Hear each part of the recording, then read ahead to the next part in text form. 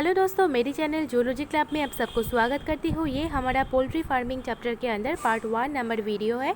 तो हमारा जो फर्स्ट क्वेश्चन है वो है डेफिनेशन ऑफ पोल्ट्री। तो शुरू करते हैं। पोल्ट्री क्या है? Poultry is the category of domesticated birds kept for meet, eggs and feathers. मतलब ये जो पोल्ट्री होता है ये एक स्पेशल कैटेगरी का अंदर एक डोमेस्टिकेट बर्ड है जिसको मेनली मीट, एग्स और फेदर्स के लिए डोमेस्टिकेट किए जाते हैं। हमारा जो दूसरा क्वेश्चन है वो है characteristics and advantages of poultry farming. तो हमारा जो फर्स्ट पॉइंट है वो है minimum investment. Low income group persons can also start the poultry business on A small scale. ये जो लो इनकम वाले पर्सन्स होता है वो एक स्मॉल स्केल से पोल्ट्री बिजनेस को शुरू कर सकते हैं because it required comparatively less investment than other life stock farming. क्योंकि जो अदर लाइफ स्टॉक फार्मिंग होता है उसके लिए बहुत ज़्यादा इन्वेस्टमेंट चाहिए, लेकिन ये जो पोल्ट्री का बिज़नेस होता है इसलिए इसका जो इन्वेस्टमेंट होता है वो बहुत लेस अमाउंट का होता है।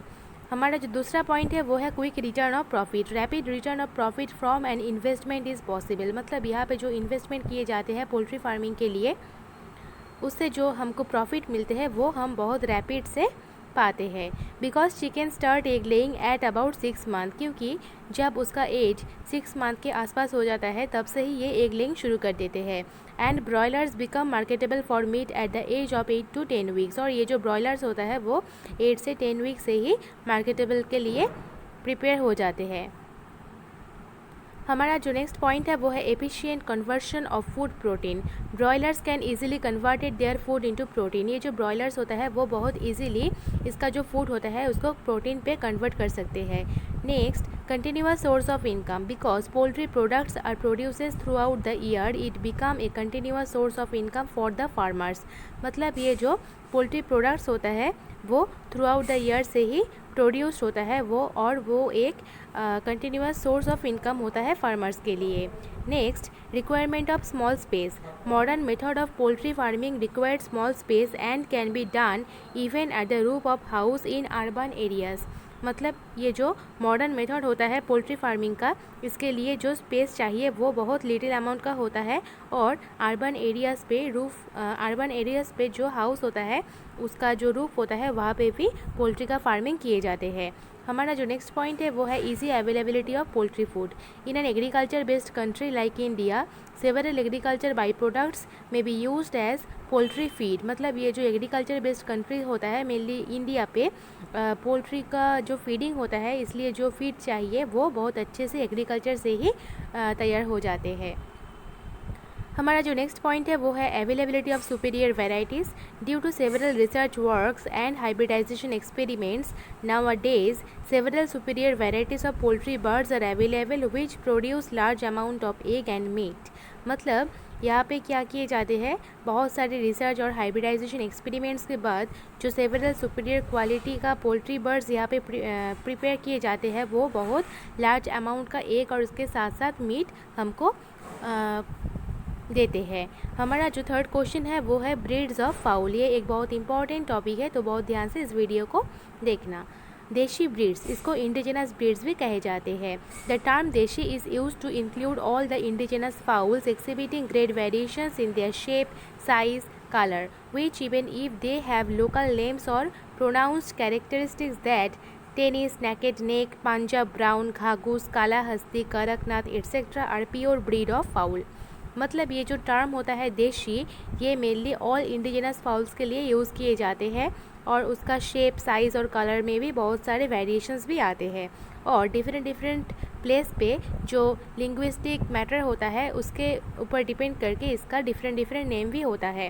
Tennis, naked neck, Punjab brown, Ghagus, Kalahasti, Kadaknath ये इस डिफरेंट ब्रीड्स ऑफ फाउल का नेम है।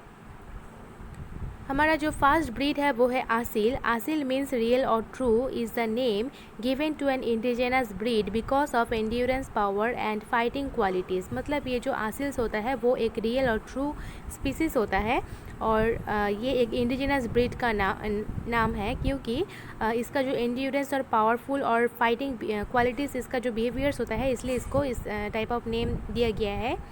The original Aseel is a medium size aggressive bird commonly known as the Reza or Tikra. मतलब ये जो ओरिजिनल आसिल होता है उसका जो साइज़ होता है वो मीडियम साइज़ का होता है और वो एक बहुत एग्रेसिव बर्ड है और इसलिए इसका जो कॉमन नेम है वो रेजा नहीं तो टिकरा होता है।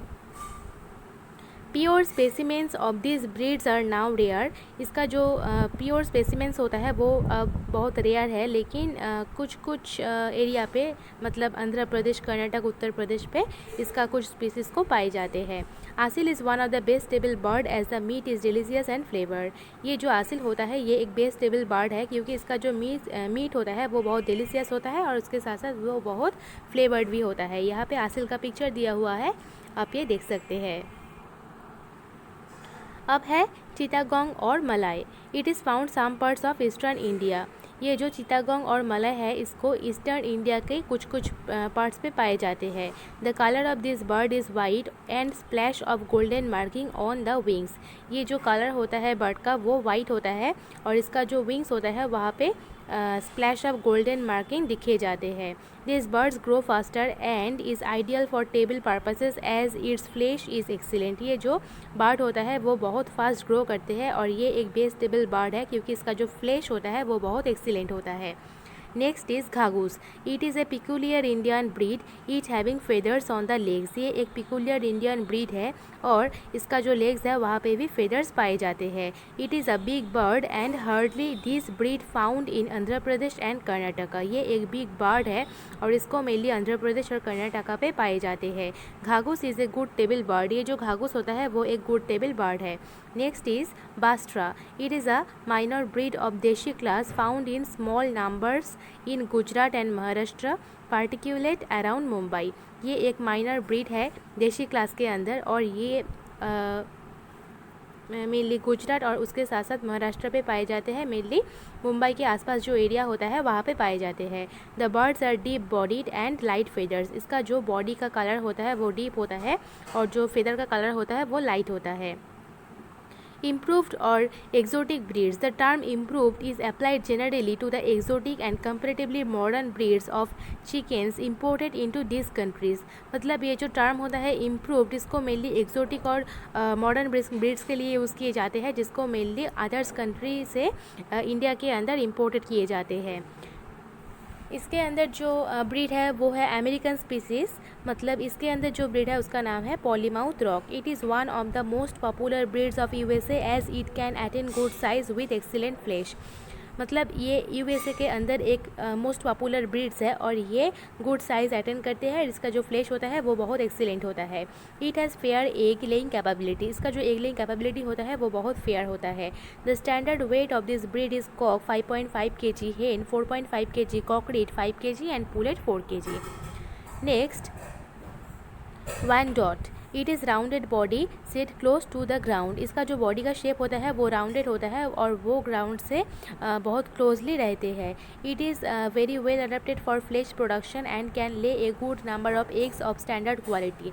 मतलब इसका जो फ्लैश का प्रोडक्शन क्वालिटी होता है वो बहुत वेल अडेप्टेड होता है और वो जो एग लेइंग करते हैं उसका जो क्वांटिटी होता है वो एक गुड नंबर का होता है और स्टैंडर्ड क्वालिटी का भी होता है। The standard weight of this breed is cock 5 kg, hen 4 kg, cockerel 4.5 kg and pullet 3.5 kg। Next is Rhode Island Red. This breed is hardiest of all breeds which can survive well in varying climatic conditions. ये जो breed होता है वो कोई type of climatic conditions पे बहुत अच्छे से सर्वाइव कर सकते हैं। The chickens grow quickly, are easy to day and well suited for wet and heavy rainfall region. ये जो चिकन होता है वो बहुत क्विकली ग्रो करते हैं और ये मेनली वेट और हेवी रेनफॉल रीजन पे बहुत अच्छे से ये परफॉर्मेंस करते हैं। The standard weight of this breed is cock 5 kg, hen 3 kg, cockerel 4 kg and pullet 2.5 kg। यहाँ पे रोड आइलैंड रेड का पिक्चर दिया हुआ है, आप ये इस पिक्चर को देख सकते हैं। Next is Asiatic class. The important members of this class are Brahma, Cochin and लैंगसन।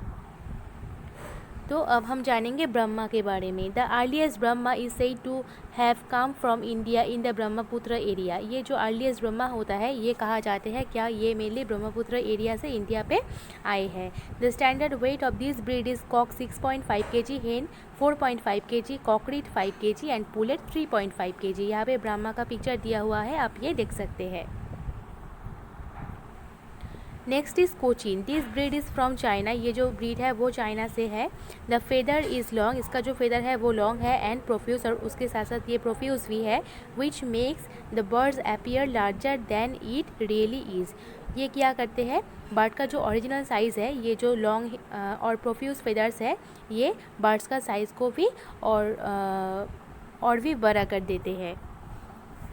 यहाँ पे कोचिन का पिक्चर दिया हुआ है, आप ये देख सकते हैं। नेक्स्ट है Langshan. This has its origin in the district of China. ये भी चाइना से ही है।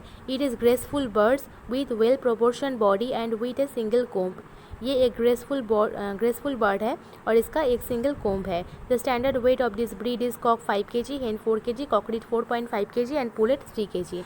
यहाँ पे लैंगसान का पिक्चर दिया हुआ है, आप ये देख सकते हैं। Next is English class, that is success. This breed of this class are provided with prominent breast and well developed with excellent fleshing qualities। मतलब इसका जो breast होता है वो बहुत prominent होता है और उसका जो fleshing का quality होता है वो भी बहुत excellent होता है। Next is Cornish। It is originally known as Cornish Indian breed। इसको mainly Cornish Indian breed कहे जाते हैं, which is said to have been developed in England from the crossing of Indian Asil and English Grey breeds। इसको mainly England पे पाए जाते हैं और इसको इंडियन आसिल और इंग्लिश गेम ब्रीड्स का क्रॉसिंग से तैयार किए जाते हैं। The standard weight is cock 4 kg, hen 3 kg, cockerel 3.5 kg and pullet 2.5 kg। Next is red cap. The name red cap is derive from the large rose comb which is characteristics of this breed. मतलब ये जो breed होता है उसका एक large रोज comb होता है और उसके लिए इसका नाम रेड कैप दिए गए हैं। The standard weight of this cock is 4 kg, hen 3 kg, cockerel 3.5 kg and pullet 2.5 kg। Next is Mediterranean class. इसके अंदर जो ब्रीड है वो है white leghorn. It was first introduced into India by foreign missionaries and planters about 80 years ago। ये जो white leghorn होता है वो मेनली फॉरेन मिशनरीज से ही इंडिया के अंदर इंट्रोड्यूस किए गए हैं 80 years पहले। It is most popular as egg producing breed, और ये मेनली एक प्रोड्यूसिंग ब्रीड है इसलिए ये बहुत पॉपुलर है। नेक्स्ट है leghorn. Leghorn is small, active and known for the harmony of its different parts. ये जो लेगहॉर्न होता है वो बहुत स्मॉल होता है और एक्टिव होता है। It has a relatively long back, prominent breast, और इसका जो बैक होता है वो रिलेटिवली लॉन्ग होता है और इसका जो ब्रेस्ट होता है वो भी बहुत प्रोमिनेंट होता है। The white variety has gain popularity all over the world, और इसके अंदर जो वाइट WHIT वाइट वेराइटी होता है वो ऑल ओवर वर्ल्ड पे इसका जो पॉपुलरिटी होता है वो बहुत अच्छा है। Next in order of popularity are brown and black, और उसके बाद जो ब्राउन और ब्लैक का ब्रीड्स होता है उसका जो पॉपुलरिटी होता है वो भी बहुत अच्छा है। Next is Ancona. The Ancona is of the same general type as the Leghorn. ये जो एनकोना होता है उसका सब कैरेक्टरिस्टिक्स भी लेगहॉर्न के जैसे ही होता है। The standard weight of this breed is cock 3 kg, hen 2 kg, cockerel 2.5 kg and pullet is 1.5 kg। अगर आपको मेरी वीडियो पसंद आए तो मेरे चैनल को ज़रूर सब्सक्राइब कीजिए और इस वीडियो को लाइक कीजिए और शेयर कीजिए। Thank you.